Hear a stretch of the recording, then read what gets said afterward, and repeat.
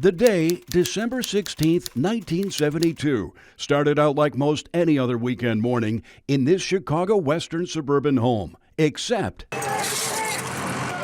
this particular Saturday morning started with a knock on the front door.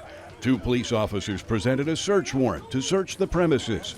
No one could have predicted the events that followed.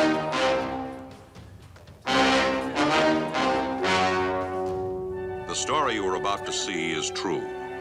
The names have been changed to protect the innocent.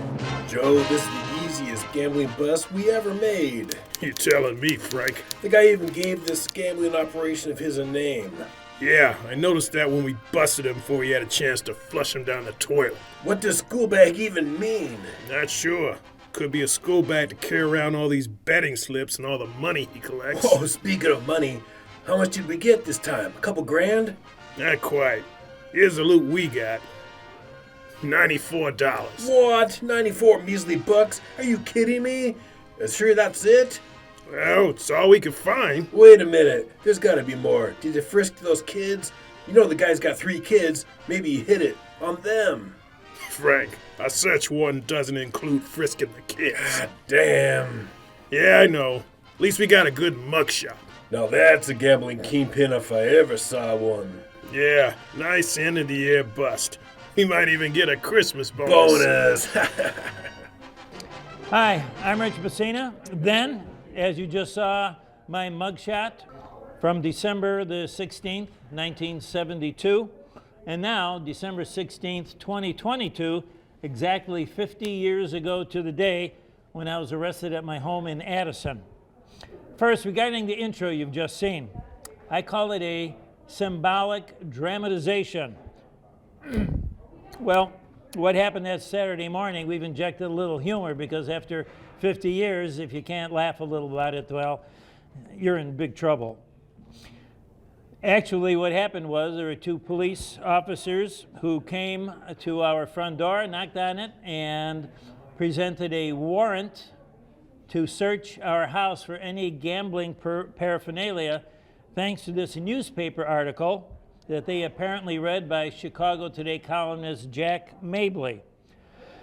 Which leads us to what Paul Harvey used to call the rest of the story, which is, in 1972, the Illinois legislature voted on a bill to create a lottery in our state, just as there were lotteries operating in other states to help raise money for education, mental health, only the Illinois lottery bill was defeated. To my great surprise, mainly for so-called ethical and moral issues. So rather than just sit back and do nothing, I thought I'd express my opinion about the lottery and gambling in general in a creative way, and came up with something I call Operation Schoolbag. Schoolbag is an acronym for the Special Committee to help the old and overtaxed by legalizing betting and gambling. I conducted a typical office football pool, cheap, only $1 to get in. And where I worked at an ad agency in Chicago, pretty much everyone participated in the pool. I also mailed a few of these slips to some Chicago newspapers, including Jack Mabley. The main difference between Operation Schoolbag and all the other millions of office pools around the country is that Operation Schoolbag was going to award 85% of the money to the winner, with the remaining 15% being sent to the Department of Revenue to be used for education. Here's the last line that Jack Mabley wrote in that article: "Rich, I think you'll get arrested." And so I was. And after being fingerprinted and having that mugshot taken at the local police department, I had to hire an attorney, go to court, where the charges were dropped with leave to reinstate, which meant that if I didn't do anything like this again for 18 months, the arrest record would be expunged. And about 9 months later, Jack Mabley wrote another column, very complimentary, about my ordeal.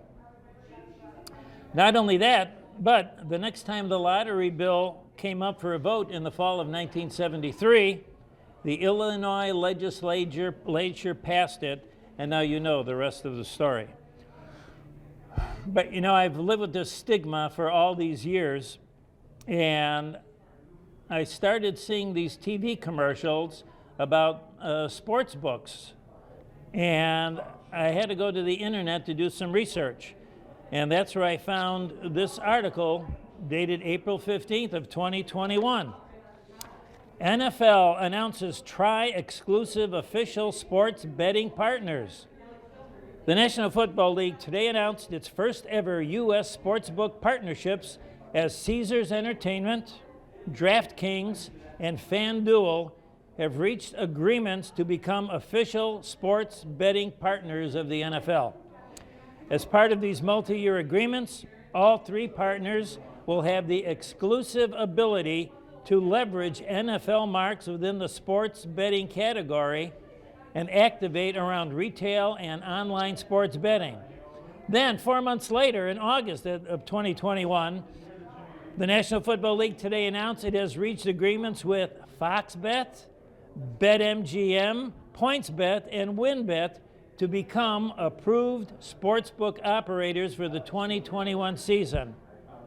And then, just 2 weeks ago, this headline: Genius Sports expands partnership with NFL to provide watch and bet video streams for the 2022 season, starting with Caesars Entertainment. So, a couple of weeks ago, I wrote a letter to NFL Commissioner Roger Goodell, complimenting him and the NFL corporate staff for this long overdue decision. So after 50 years, I finally feel exonerated for the point that I was trying to make back in 1972 with Operation Schoolbag.